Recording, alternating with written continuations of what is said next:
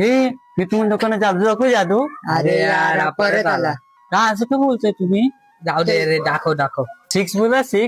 6. तुमच्या दोघांचं लग्न फिक्स. अरे यार जा रे. हे तुम्ही दोघं इथे काय करताय? अरे यार परत आला यार. हे तुम्हाला एक जादू दाखव, अजून एक जादू. ए काय जादू दाखवतोय? ती काय जादू होती का? का काय बालिश चाय करतो यार. असं का बोलताय तुम्ही? एक जादू एक जादू.